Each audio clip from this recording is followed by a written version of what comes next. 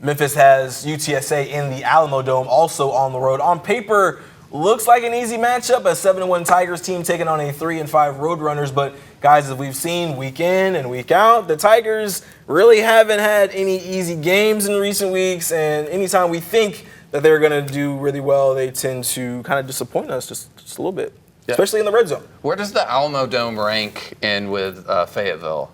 Is it like all the way down here? Because UTSA have not lost a game at the Alamo Dome. Their only 3 wins have come at the Alamo Dome. So I think UTSA is a weakened team. They have a couple key pieces in their secondary that look like they're going to be out. They got really banged up against Tulsa last week where they were up 35-7 and ended up losing that game. That is a gut punch. That's a potentially season-ending game to the confidence.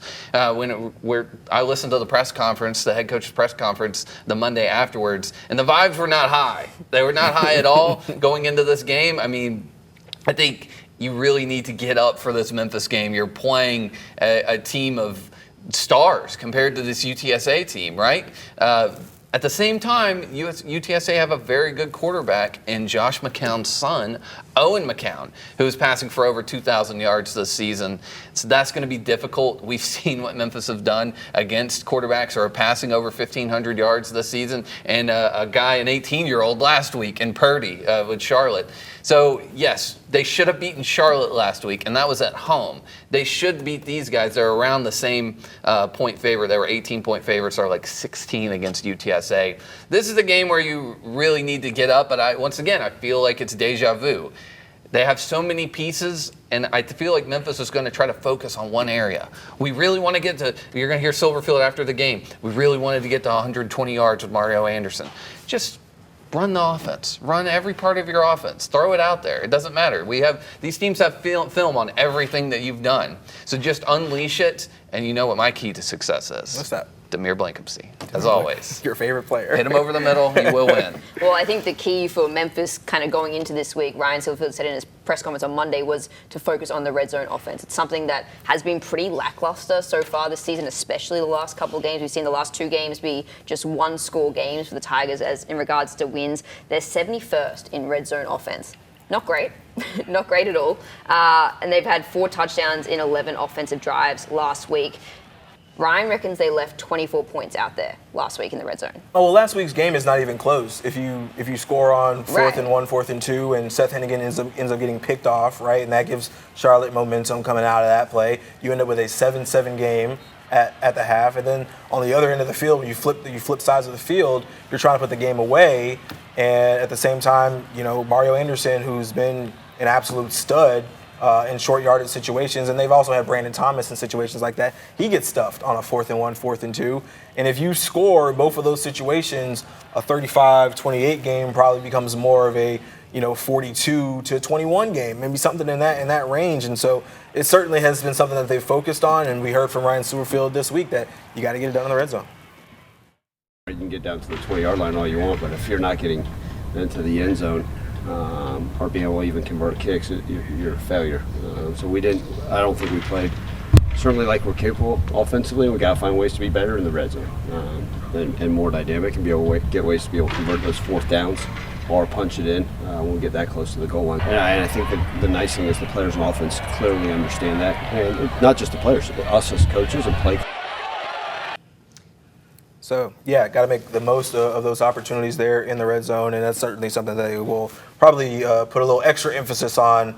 They talk about Wednesday practices, and those are 2-minute drills. Maybe they'll put more emphasis on the red zone offense this week. I think it'll be interesting because, like we mentioned, Memphis 71st in red zone offense, but UTSA ranked 21st in red zone defense. So I think that's actually not necessarily going to be the easiest thing to accomplish this week, where I think Memphis actually have a really massive advantage is in regards to the explosive plays, passing it downfield. UTSA ranked 120th in passing defense, and we saw a bunch of their secondary get injured last week, have to leave the field. So to me, that's a way that Memphis can kind of exploit UTSA, and we can see those big explosive plays, get themselves downfield and put up some points, something that we've kind of seen them not necessarily struggle with, but just not put up as many points as what we'd expect, I guess, because at the end of the day, like, they're still winning these games. Like, the only game they lost was that Navy, and Seth intercepted on that last drive. But they're still putting up points. It's just not what we would have expected. Get up early. Don't let those inexperienced cornerbacks and safeties get into the game. You know, you're 3 possessions into the game and you've got a field goal because your offense isn't dynamic, which was the big issue last week against Charlotte. Get up big, punch them in the mouth before they get into the game. I think that that's a key success. You also have to take the crowd out of it because people go to these UTSA games. You know, last year I remember watching videos when UTSA was dominating through AAC up until the end of the season, and that crowd was great. It's definitely going to be a factor. Well, there's certainly a talent discrepancy, right, in this particular Right. game, in the Definitely. same way there was for the Charlotte game, and it's something that has been a topic of conversation this week. We heard from the UTSA head coach Jeff Traylor on some of the NIL discrepancies that leads to such a talented Memphis roster this year. Right. We have a tenth of their recruiting budget for a roster. And that's a tremendous disadvantage. There's a lot of those kids on that roster that we recruited and have good relationships with, and we couldn't get them. And the truth, and nobody wants to talk about it anymore, is of course the coach matters. Of course relationships matter. Facilities matter. The city matters. Winning matters. But at the end of the day, people vote with their pocketbook. And young men aren't much different than old men. That matters in the end.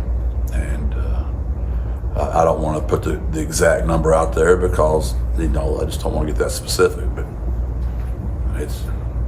it's 6 times more than what our roster is.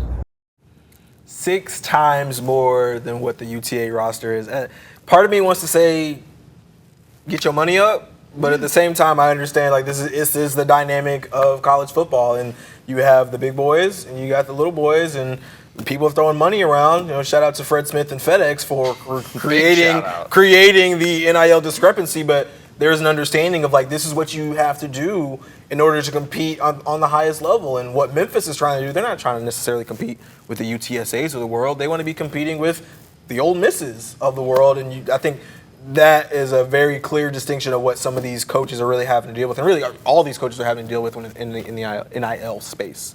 Yeah, but it's an excuse. It's a valid excuse. It's a valid excuse. It's a valid excuse for sure.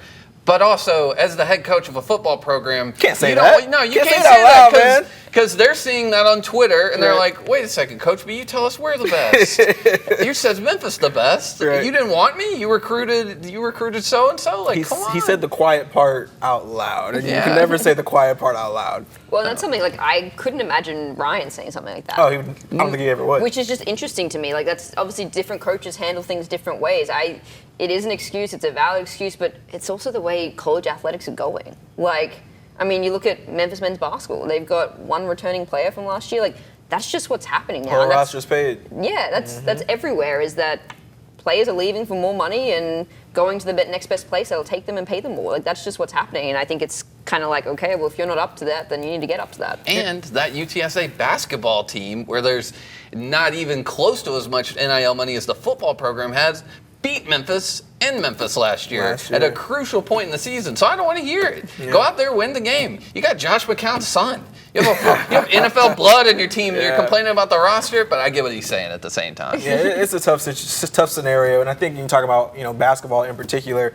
These are all, I think, with a lot of these college athletics, a lot of these guys are not going to go to the NFL, to the NBA, right? Mm-hmm. So as much as you want players to be focused on winning and focused on development and leadership and getting their degree, this is a time and a space where a lot of these guys can change their lives, whether it be marginally or a wide gap. Because yes, in years past, you were able to get your degree, you didn't have any debt or anything like that. Now you can be in a scenario where you get your degree, you don't have any debt, and you're plus, let's call it $300,000, just as a conservative number for some of these guys.